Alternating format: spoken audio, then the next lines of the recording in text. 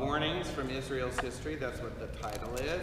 Don't want you to be unaware, my brothers and sisters, that our ancestors were all under the cloud and passed through the sea, were all baptized into Moses in the cloud and in the sea, and all ate the same spiritual food, and all drank the same spiritual drink.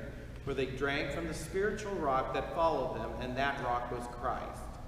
So he's analogizing to the New Testament sacraments of baptism and Eucharist. Similarly, it was foreshadowed in the way that the Jews, if you were symbolically, were baptized into Moses when they crossed the Red Sea. And they all ate the manna in the desert, which is clearly a Eucharistic symbol that Jesus picks up. But they did not benefit from this. God was not pleased with them and struck most of them down in the wilderness. These occurred as examples for us that we may not desire evil as they did, not become idolaters as some of them did. The people sat down to eat and drink and rose and play. Where this is quoted from is from Exodus chapter 33, which is the section in which they built the golden calf. Okay? So, we must not indulge in sexual immorality as they did, and 23,000 fell by a single day. We must not put Christ to the test as some of them did and were destroyed by serpents. Okay, that's when they challenged Moses' authority in the desert, and God sent them serpents to bite them. And then God said, put a serpent on a pole and all who see it would live. And you remember that story in Numbers? Okay. So that's what he's talking. So he's reminding them of the stories of Israel and how we're not to imitate them. What does this have to do with Rebecca's question? Now, look at this. Therefore, my friends, flee from worship of idols. Okay, now at the time of Paul's writings, I mean, everyone other than Christians and Jews were into idol worship. The whole world was pagan. They worshiped many gods and goddesses. I speak to sensible people, judge for yourself. The cup of blessing that we bless, is it not a sharing in the blood of Christ? Talking about what? The Eucharist. The bread that we break, is it not a sharing in the body of Christ? Yes.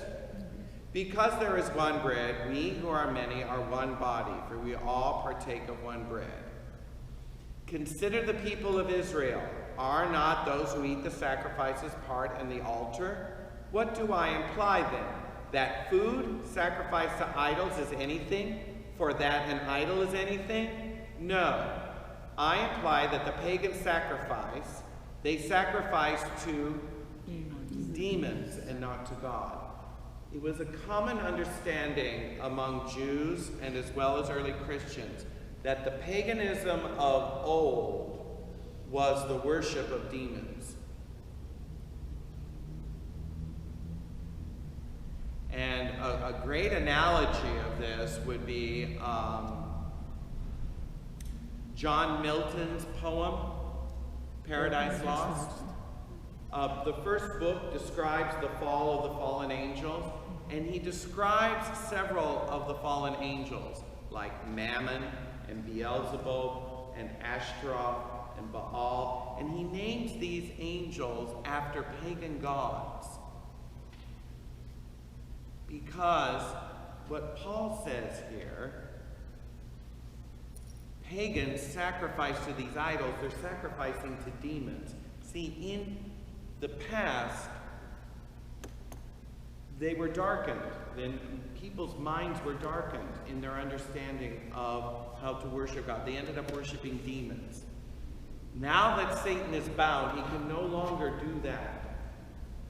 I think I mentioned this before. Before the advent of Christ, monotheism was considered the minority belief. In fact, the Jews themselves rarely practiced monotheism themselves. You go, what do you mean they worship God? You haven't read the book of Kings, have you? Half the time they were worshiping Baal or Ashtaroth or Molech or all these other gods and goddesses of the ancient world. It was very difficult to keep them on the path of righteousness of worshiping God. Even at the time of Jesus, the whole world was basically pagan. Worship of plural gods and goddesses.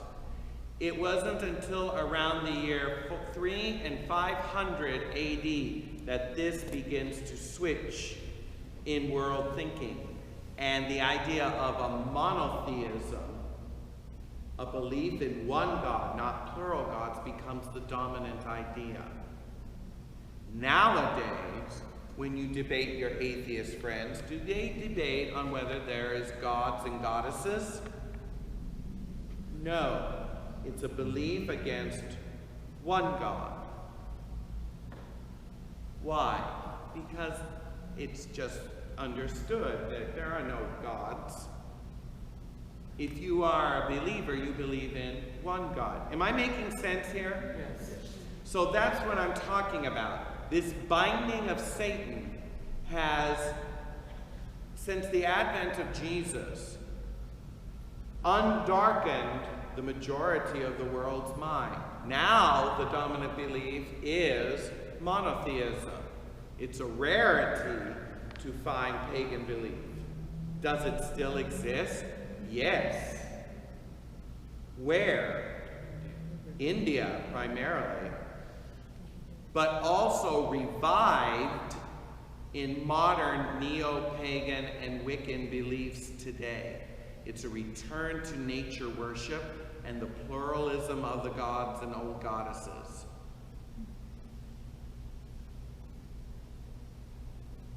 Okay? But it's a minority opinion, and it's certainly not one that's, if you will, taken, quote, seriously. Atheists don't debate Wiccans, generally, on their belief. They debate Christians, Muslims, Jews. See where I'm getting at? That's what I'm talking about. This kind of paganism is now been curtailed. And as a result, the spread of the gospel has gone out and has transformed the world. It's a remarkable thing, just thinking about it philosophically. If you look prior to 1 AD, the kind of philosophy that is developed, and the stuff that comes after 1 AD, the kind of philosophy that's developed, because of the advent of Christ. We take it for granted. We don't even think about it. Okay? That's partly of what I'm talking about. You're right, the devil isn't completely bound, but he is curtailed. And he's always been curtailed in one degree or another. It's just in the past, he was given a lot more latitude to deceive the nations. Notice that also in the book of Revelation. It says he was able not to deceive the nations. It was a common Jewish belief that the nations were under a deception because the Jews had received the light from God, the law. The law was the light to the world, and they were absolutely right. The problem is they couldn't live by it any more than anyone else could in the Old Testament. They were just privileged by God to have the right way to do it. They just didn't and couldn't do it. Now, with the advent of Jesus and the giving of the Spirit, we not only have the knowledge of the light, but we have the ability to live in the light and to walk and talk with God. Does that help? Okay. All right. So let's go back to Revelation 21. So that's basically all Revelation 20. The doom of Satan and the judgment of the dead. Remember that? The great white throne judgment. How are the dead going to be judged, by the way? By deeds. By their deeds, what they've done. How about the unrighteous dead? How are they judged? What they did not do, right? Same thing, by their deeds. Okay? So again, there's no mystery. It's not like my geometry tests. You know what's going to be on the final, right? Mm-hmm. So you have no excuse not to do it, right? No excuse. See, my geometry students have an excuse. Well, I didn't know. Well, yes, you did. You just didn't pay any attention. But that's another story. Don't get me started. New heaven and a new earth. Then I saw a new heaven and a new earth.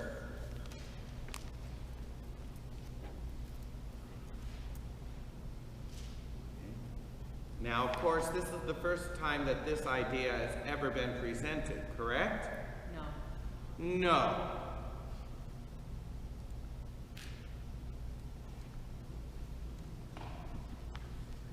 Turn to Isaiah 65. Basically, from the book of Isaiah, chapter 60, all the way to its end, it describes the reign and rule of God back on the earth. The righteousness of God's judgment. On here. Let's see, where is it? I believe it's, yes. This is what God says. For I'm about to create what? New heavens And new earth. the Former things shall not be remembered or come to mind. Now compare that to Revelation 21. Saw a new heaven and a new earth, for the first heaven and the first earth had passed away, and the sea was no more. Sound familiar? When was the first time it was mentioned? Isaiah. And speaking of Isaiah, I happen to remember. If you read the National Catholic Register, they had an article recently about something that was newly discovered in Israel. Like I said, if you want to make headlines, you want to make yourself known as a scientist, become an archaeologist and go to Israel. All you have to do is stick a shovel anywhere in Israel and you're going to find something. It's true. The whole country is just a hotbed of archaeological discoveries waiting to be found. I'll give you the brief. Team of archaeologists found what looks like a seal. They call it a bulla. It's Latin for seal, bulla, B-U-L-L-A. And on it is a name. Let me see if I can bring it up real quick. Let me see if I can bring this up. It's in the Angelus magazine. Bulla. See if I can bring it up. Let me see if I can find a picture of it. Like Moses. Yes, here it is. Da-da-da-da-da. There we go. Nope. Let's go back to number 1. There we go. There it is. It's most likely about this big, about the size of a large dime. What is it? It's a seal. What do you mean a seal? It's an imprint that would be like a stamp. And of course you can read the Hebrew letters, of course. Yes, we can. Good. Then you recognize that this says it's from Isaiah. What they are implying is that this is a relic from Isaiah the prophet, the first known extra biblical evidence that the prophet Isaiah existed. Now, it's not definitive yet. They're still debating. But there's strong. Now, brace yourself. This was found in the same location of another bulla that was discovered, that there's no dispute about it. It was from King Hezekiah. And of course, that should shock you all. Why?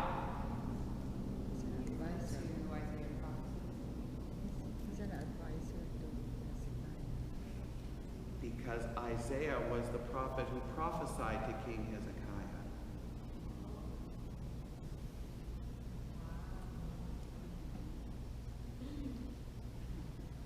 Hezekiah's bulla, Isaiah's bulla, same location.